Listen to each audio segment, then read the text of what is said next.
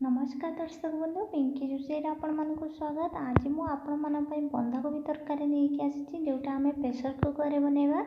आपण मैंने तो बंधाकोबी भजा खाई, बंधाकोबी घांट भी खाई, एमती भी बंधाकोबी झोल हुए खाई, किंतु मुझे आज बंधाकोबी आलू प्रेसर कुकर अति सहज तरकारी बनैबी। यहाँ झोल नुहे कि घांट नुहे, मीडियम रो। आशा करुँ आज रेसिपी आपण भल लगे। जो भल लगे लाइक करेंगे, शेयर करेंगे, कमेंट करेंगे और निहाती भाव सब्सक्राइब करेंगे। चलतु देखो कुकर आम गरम हो जाइए। मुझे तेल दूची,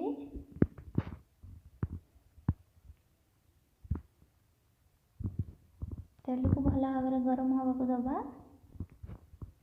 तेल गरम हो जाइए, मुझे फुटण देती।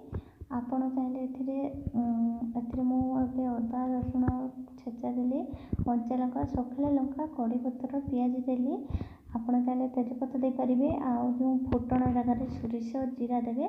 जदि फुटण न थाए तो फुटण अच्छी तो किसी कथा एबे टे लुण देदेले पियाज टी आमर जल्दी नरम हो जाए। देखु पियाज हो जाए। आम ए हल्दी और लंका पाउडर दबा कलर अनुसार। राग जदि आपको बेसी पसंद ताले अधिक लंका पाउडर दे पारे। मुझे गोटे चामच लंका पाउडर और हाफ चामच हल्दी देती। हाफ चामच को टिके अधिका आ देखो जी दरकार परिवार से मुझे 3टी टमाटो काटिक देती।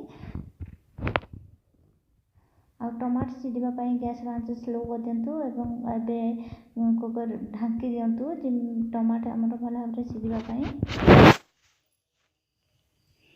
देखो मुझे ढांकी देली। चलतु देखी ना टमाटो सीझिला कि ना। टमाटो सीझी बढ़िया भाव में आम घाटी नवा। आए मसला दबा।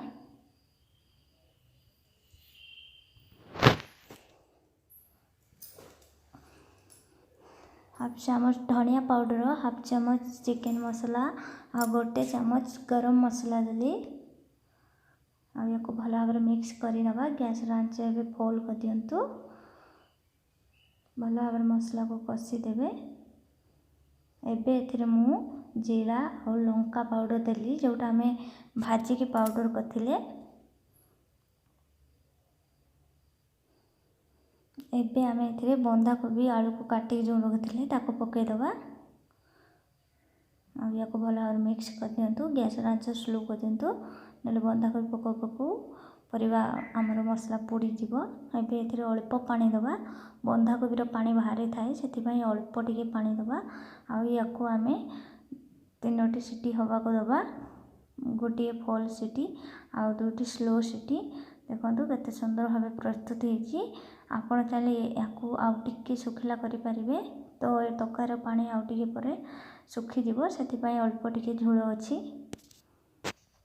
देखो एबे आमर प्रस्तुत हो जाए बंधाकोबी तरकारी। आउ जदि आपन को टिके खटा पसंद आसे ताहले 3टा टमाटो जगह आउ गोटे रेटा एक्स्ट्रा पकई पारे।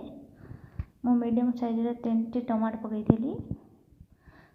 बहुत टेस्ट लगे। निहाती भाव थरे ये बंधाकोबी को रांधिकी खातु। केमती लगे कमेंट करके जनइबे।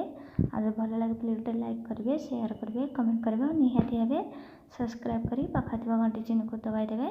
आज ये धन्यवाद।